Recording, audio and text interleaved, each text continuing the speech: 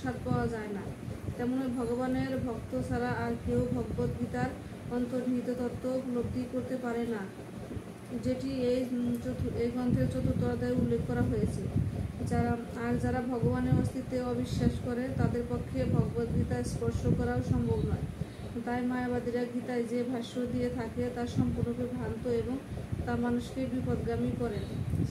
শ্রী চৈতন্য মহাপ্রভু মায়াবাদীদের ভাষ্য পড়তে অথবা শুনতে নিষেধ করে গেছেন এবং সতর্ক করেছেন যে মায়াবাদী ভাষ্যের দ্বারা একবার প্রভাবিত হলে গীতার অন্তর্নিহিত তত্ত্বকে আর উপলব্ধি করতে পারা যায় না। যদি ব্যক্তি সাধারণত বলতে বাহ্য অভিজ্ঞতালব্ধ বিশ্ব ব্রহ্মাণ্ডকে বোঝায়, তাহলে ভগবান শ্রীকৃষ্ণের উপদেশের কোনো আবশ্যকতাই থাকে না। স্বতন্ত্র আত্মার বহুবচন ভগবান চিরন্তন সত্য এবং তা বেদে প্রতিপন্ন হয়েছে, যে সম্বন্ধে উপরে উল্লেখ করা হয়েছে। শ্লোক 13। দেহিনো হস্মিন যথা দেহে কোমরং যৌবনং জরা তথা দেহান্তর প্রাপ্তিধীরস্থ ন ভূতি।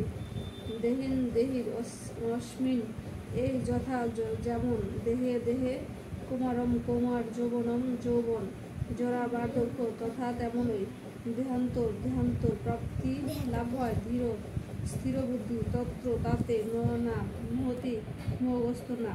অনুবাদ: দেহি আত্মার দেহ যেভাবে কৌমার যৌবন ও জরার মাধ্যমে তার রূপ পরিবর্তন করে চলে, মৃত্যুকালে তেমনই ওই আত্মা এক দেহ থেকে অন্য আরেকটি দেহান্তরিত হয়।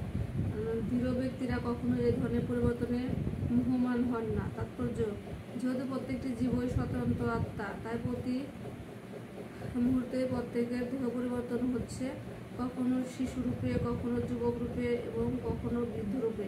কিন্তু জীবের প্রকৃত সত্তা আত্মার কোনো পরিবর্তন হয় না। মৃত্যুর সময় এই আত্মা দেহ ত্যাগ করে অন্য আরেকটি দেহ ধারণ করে।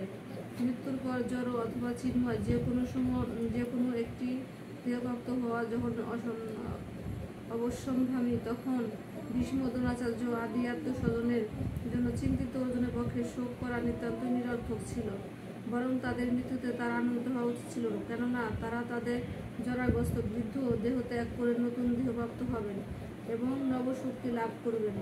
জীবদশার কর্মের ফল অনুসারে জীব নতুন দেহপ্রাপ্ত হয় এবং নানা রকম সুখ ও দুঃখ ভোগ করে থাকে।